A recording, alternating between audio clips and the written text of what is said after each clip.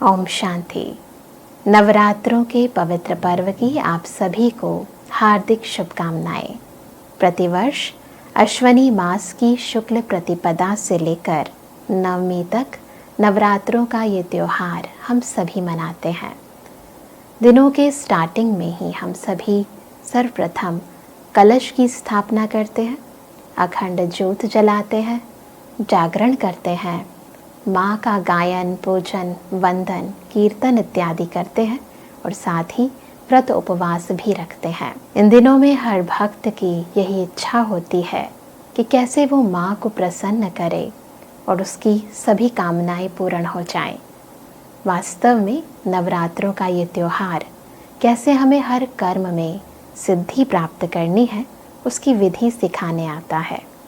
हम सभी को ये बताने आता है कि यदि मन स्ट्रांग है, शक्तिशाली है, समर्थ है, तो वो जो चाहे वो कर सकता है। और इसीलिए सर्वप्रथम हम नवरात्रि के त्यौहार में अखंड ज्योत जलाते हैं, जो प्रतीक है इस बात का कि यदि हम हर कार्य में सफलता पाना चाहते हैं तो उससे पहले कार्य करने वाली आत्मा, उसकी स्मृति बरकरार रखनी ज़रूरी है। यानी सदा ये याद रहे कि मैं ये देह नहीं अपितु इस देह को चलाने वाली चेतन शक्ति, अजर अमर अविनाशी ज्योति आत्मा हूँ।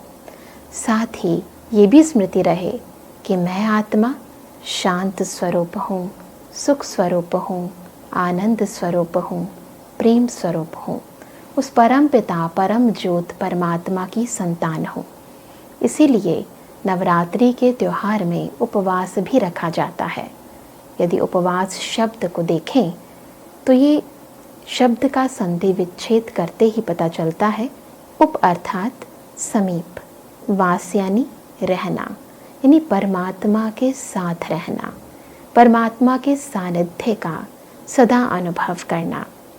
यदि हम हर कर्म को करने से पूर्व और करते वक्त ये याद रखते हैं कि मैं आत्मा उस सर्वशक्तिवान परमपिता परमात्मा की संतान हूँ, तो सफलता ना मिले ये तो असंभव है। साथ ही इन दिनों बहुत से लोग व्रत भी रखते हैं। व्रत का शाब्दिक अर्थ है प्रॉमिस करना, यानी प्रतिज्ञा करना। लोग ये प्रतिज्ञा करते हैं कि 9 दिनों में हम कोई भी राजसिक या तामसिक भोजन को ग्रहण नहीं करेंगे, केवल सात्विक भोजन ही ग्रहण करेंगे। क्योंकि सात्विक भोजन खाने से मन के अंदर जो विचार हैं वो भी सत्वप्रधान उत्पन्न होते हैं। क्योंकि अन्न का और मन का बहुत ही गहरा कनेक्शन है।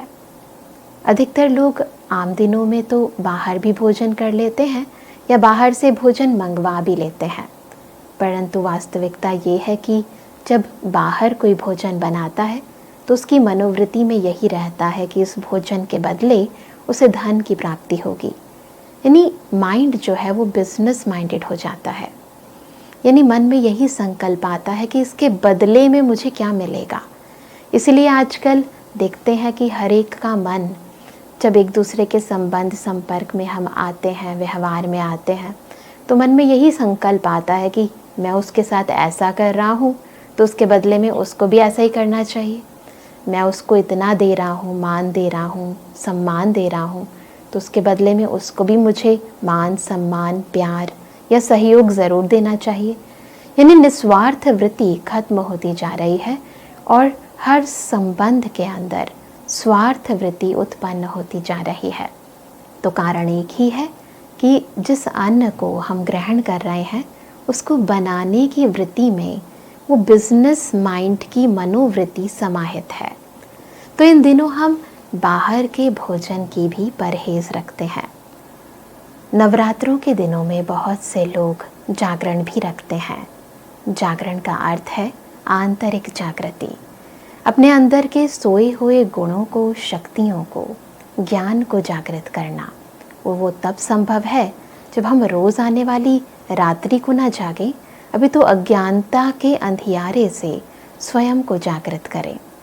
हमारे अंदर ये जो छिपी हुई भावनाएं हैं, देह अभिमान की, काम की, क्रोध की, लोभ की, अहंकार की, इन भावनाओं से जागृति लाएं और सुख, शांति, आनंद, प्रेम के गुणों को अपनाएं, ईश्वरीय शक्तियों को अपने कार्य में प्रयोग करें। इसी को कहते हैं वास्तविक या आध्यात्मिक जागरण। साथ ही इन दिनों बहुत से लोग अष्टमी और नवमी पर कन्याओं का पूजन भी करते हैं। वास्तविकता में पूजन होता है उसका जो पवित्र है। तो ये पूजन किसी व्यक्ति का नहीं, अपितु पवित्रता का पूजन है, जिसके कारण ही कन्याओं को श्रेष्ठ माना जाता है। ज़रूरत है कि हम अपने अंदर, अपने भीतर पवित्रता को धारण करें। यहाँ पवित्रता केवल तन की नहीं है, अपितु पवित्रता साथ में है मन की, वाणी की, कर्मों की, धन की, संबंध की और संपर्क की। तन की पवित्रता के बारे में तो हम सभी जानते हैं कि इन दिनों हम सभी ब्रह्मचर्य व्रत को धारण करते हैं, परंतु इसके साथ साथ मन को भी तामसिक विचारों से, व्यर्थ विचारों से, नकारात्मक विचारों से दूर रखना, उनकी परहेज करना। जिसे बचपन में हम कहते थे कि बुरा न देखो, बुरा ना सोचो, बुरा ना बोलो, बुरा ना करो। तो इस बुराई से स्वयं को बचाए रखना, ये परहेज रखना बहुत ज़रूरी है। साथ ही धन की पवित्रता भी बहुत ज़रूरी है, क्योंकि धन का असर भी हमारे मन पर ज़रूर पड़ता है। जिस मनोवृत्ति से धन कमाया जाता है, चेक करने की ज़रूरत है कि क्या धन कमाते हुए हमारे मन में लोभ वृत्ति है, मोह वृत्ति है, किसी को धोखा देने की वृत्ति है, अहंकार की वृत्ति है। यदि ये तामसिक वृत्तियां हैं तो उस वृत्ति से कमाया हुआ धन कभी भी हमें सुख और शांति की अनुभूति नहीं करा सकता। तो नवरात्रों का ये त्यौहार हमें धन को कैसे पवित्र रखना है वो विधि भी सिखाता है। साथ ही संबंध, संपर्क में जब हम आते हैं तो एक दूसरे को सुख देने की वृत्ति है, एक दूसरे के साथ सहयोग देने की वृत्ति है, एक दूसरे को स्नेह देने की वृत्ति है, या फिर हमारे अंदर एक दूसरे के प्रति असहयोग वृत्ति है, किसी के लिए ईर्ष्या की वृत्ति है, नफरत की वृत्ति है, घृणा की वृत्ति है, अटैचमेंट है। चेक करने की ज़रूरत है। तो नवरात्रों का ये शुभ पर्व हमें संबंध और संपर्क की पवित्रता का भी पाठ पढ़ाता है। साथ ही वाणी की पवित्रता बहुत ज़रूरी है। अक्सर इंसान बिना सोचे समझे किसी के भी साथ कटु वचन बोल देता है, सोचता है कि सच ही तो बोल रहा हूँ, परंतु परमात्मा हमें सिखाते हैं कि सत्यता के साथ साथ सभ्यता का होना भी बहुत ज़रूरी है। तो वाणी की पवित्रता अर्थात जब भी हम किसी के साथ वाचा में आए तो मन में यही शुभ भावना हो कि सबका कल्याण हो, सभी सुखी रहें। शुभ भावना, शुभ कामना की वृत्ति को लेकर जब हम किसी के साथ बोलते हैं तो उसका प्रभाव पड़ता है। वो शिक्षा जो हम चाहते हैं दूसरे को देना, वो ग्रहण करता है। अधिकतर लोग हमारी बातों को भी अवॉइड कर देते हैं। कारण ये है कि वाणी को बोलते हुए हमारे अंदर की वृत्ति भी व्यर्थ भावों से युक्त होती है। इसीलिए नवरात्रों का त्यौहार हमें संपूर्ण पवित्रता को धारण करने की शिक्षा देता है। तो मन, वचन, कर्म, संबंध, संपर्क और वाणी की पवित्रता को जीवन में धारण करके जब हम नवरात्रों का ये शुभ पर्व मनाते हैं तो ये शुभ दिन हमारे हर दिन को शुभ करने का एक माध्यम बन जाते हैं। नवरात्रों से संबंधित बहुत सी पौराणिक कथाएं भी जनमानस में प्रचलित है। दुर्गा सप्तशती में वर्णित है कि जब एक बार मधु और कैटप, ये दो राक्षस देवताओं को पराजित करने में समर्थ हो गए, तब सभी देवी देवताएं विष्णु जी की शरण में गए, परंतु उस समय विष्णु जी योग निद्रा में सोए हुए थे। तब ब्रह्मा जी ने एक कन्या की उत्पत्ति की और उस कन्या ने विष्णु जी को जागृत किया और तब मधु और कैटप, इन दोनों राक्षसों को विष्णु जी ने पराजित किया। एक और कथा के अनुसार जब महिषासुर नामक राक्षस ने देवी देवताओं को परास्त कर दिया, तब देवी देवताएं त्रिदेव की शरण में गए। तब त्रिदेव की शक्ति से एक महाशक्ति की उत्पत्ति हुई और फिर उस देवी ने महिषासुर राक्षस का संहार किया।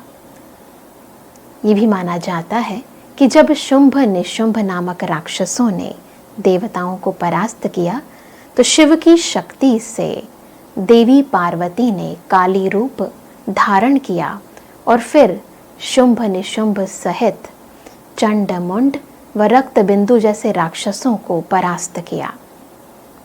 वास्तविकता में हमारे अंदर का राग और द्वेष ही मधु और कैटअप है और हमारे अंदर छिपी हुई राक्षसी प्रवृत्तियां, जिसमें मुख्य है काम, क्रोध, लोभ, मोह, अहंकार, ईर्ष्या और द्वेष, यही वो शुंभ निशुंभ या फिर चंड मुंड है हमारे अंदर जो बार बार व्यर्थ संकल्प उत्पन्न होते हैं, जिन्हें हम चाहकर भी रोक नहीं पाते। वो उस रक्त बिंदु के समान है जिसे हम बार बार मारते हैं और फिर दोबारा वो व्यर्थ संकल्प उत्पन्न हो जाते हैं। साथ ही महिषासुर उस महिष बुद्धि का परिचायक है, यानी भैंस बुद्धि का परिचायक है, जिसमें ईश्वरीय ज्ञान ठहर नहीं सकता। परंतु जब आत्मा परमपिता परमात्मा शिव को याद करती है, शिव शक्ति बन जाती है, तो उस याद की अग्नि से, उस काली रूप से इन सभी राक्षसों का वध हो जाता है। तो ये सभी कहानियां हमें आंतरिक सशक्तिकरण की ओर अग्रसर करती हैं। तो इस दफा हम सभी नवरात्रों का त्योहार स्थूल रूप के साथ साथ सूक्ष्म व आध्यात्मिक रीति मनाकर अपने व अपनों का जीवन सुख, शांति व संपन्नता से परिपूर्ण बनाएं। यही हमारी आप सभी के प्रति शुभकामनाएं हैं। आप सभी का जीवन सदा मंगलमय रहे। इन्हीं शुभकामनाओं के साथ एक बार फिर सभी को नवरात्रों की बहुत बहुत बधाई। ओम शांति।